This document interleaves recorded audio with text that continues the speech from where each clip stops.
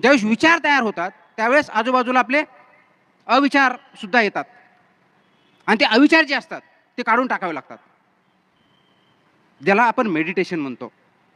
माझी मेडिटेशन संकल्पना ती आहे. आणि म्हणून ज्यावेळेस मी एखाद्या गोष्टीचा विचार करतो की मला ही गोष्ट करायची आहे, तर ती माझ्या डोक्यात आणतो, त्याच्यावरती वाचन करतो, त्याच्यावरती विचार मंथन करतो आणि मग ते ॲक्शन घेण्यासाठी मला जे काय मिशन स्टेटमेंट तयार करावं लागेल, त्याच्या स्टेप्स तयार करावं लागतील, त्याची सिस्टम तयार करावं लागेल, त्याच्या प्रोसेसेस तयार करावं लागतील, त्या मी तयार करतो आणि मग त्याच्यावरती one step by second step third step घेतो. आणि हे करत असताना आपल्याबरोबर एक टीम लागते, ती टीम तयार करा. कारण प्रत्येकजण वेगवेगळ्या क्षेत्रामध्ये एक्सपर्ट असू शकतो. मला डिसिजन घेण्याची कॅपॅसिटी आहे, कुणाला सिस्टम बसवण्याची कॅपॅसिटी आहे, कुणाला प्रोसेसिंग करण्याची कॅपॅसिटी आहे, कुणाला इन्स्पायर करण्याची आहे, कुणाला लीडिंग करण्याची आहे. तर हे जे प्रत्येकामध्ये सुप्त गुण आहेत ते ओळखा, प्रत्येकाला त्याप्रमाणे जॉब चार्ट करा आणि त्याप्रमाणे आपण काम जर करत गेलो तर निश्चितच आपल्याला ज्या दिशेनं जायचं आहे, ज्या ठिकाणी जायचं आहे त्या ठिकाणी आपण पोहोचू शकतो. मग प्रत्येक गोष्टीला प्रत्येक वेळी स्टेप करावीच लागेल का? तुम्ही जर तेवढे एक्सपर्ट असाल, तेवढं जर तुमचे फास्ट प्रोसेसिंग युनिट असेल, तर तुम्ही काही स्टेप काढून जम्प सुद्धा करू शकता. पण जम्प करताना you should be Dabali sure की मी ह्या स्टेप्स केल्यानंतर सुद्धा मी पुढे जाऊ शकतो.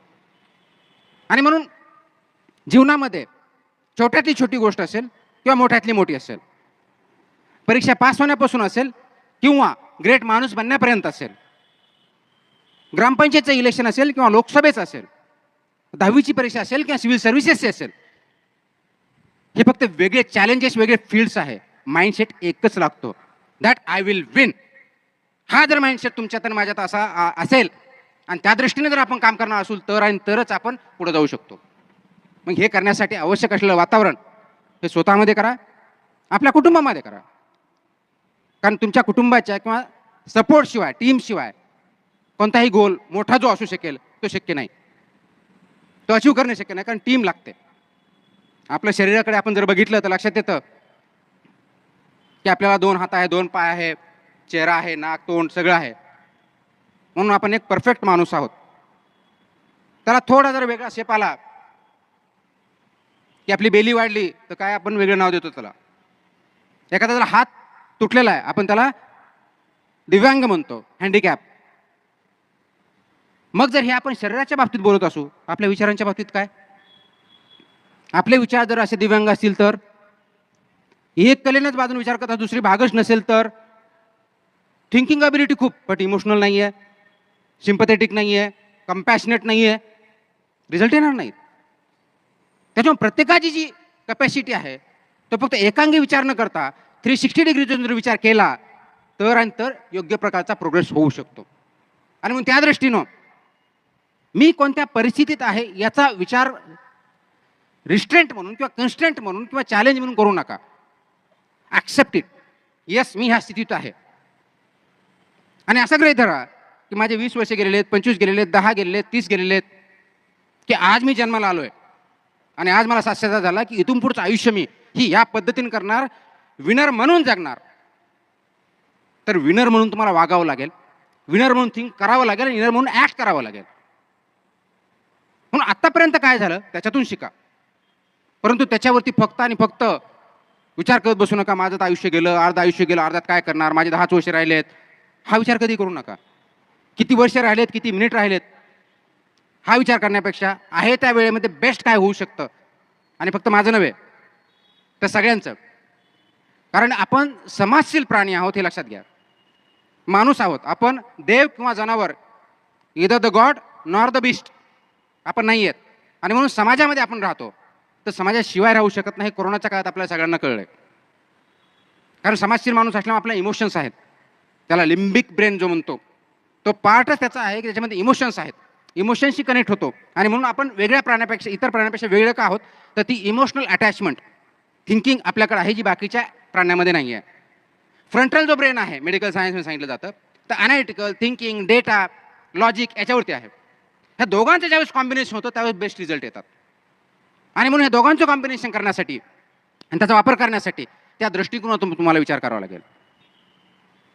म्हणून आपल्या विद्यार्थ्यांनाही, आपण मुलांनाही ज्यावेळेस शाळेत टाकतो त्यावेळेस नेहमी तू पहिला आला पाहिजे, तू स्पोर्ट्समध्ये पहिला पाहिजे, हा जो अट्टहास असतो, पहिला आला पाहिजे म्हणजे नेमकं काय असतं, तो इतरांपेक्षा चांगला पाहिजे.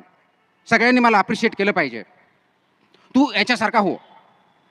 मला आता एक मुलगी भेटली छोटी 8-9 वर्षाची. ती मला सांगितले, मुलगा मला तुमच्यासारखा आय एस व्हायचं आहे. मी कोणाला तरी भेटलो, मी माझ्या ट्रेनिंगमध्ये APJ अब्दुल कलाम तत्कालीन राष्ट्रपती त्यांना भेटलो होतो. मी तुमच्यापासून खूप I have inspired quiet a lot from you असं मी त्यांना म्हटलं. बरेच जण खूप लाखो करोडो लोक इन्स्पायर झालेले आहेत. पण ज्यावेळेस मला कोणी म्हणतं की मला तुमच्यासारखं व्हायचं, तर मला 2 मिनिट स्तब्ध व्हायला होतं. मी फक्त माझ्याबद्दल बोलत नाही, कुणाबद्दल आहे. कारण मी आहे, तुम्ही आहात. Be your on. तुम्ही स्वतःची आयडेंटिटी तयार करा. दुसरं कोणतरी होऊ नका. इमिटेट करू नका, इन्स्पायर करा. इमिटेट करू नका. दुसऱ्यासारखं होण्याचा किंवा करण्याचा प्रयत्न करू नका.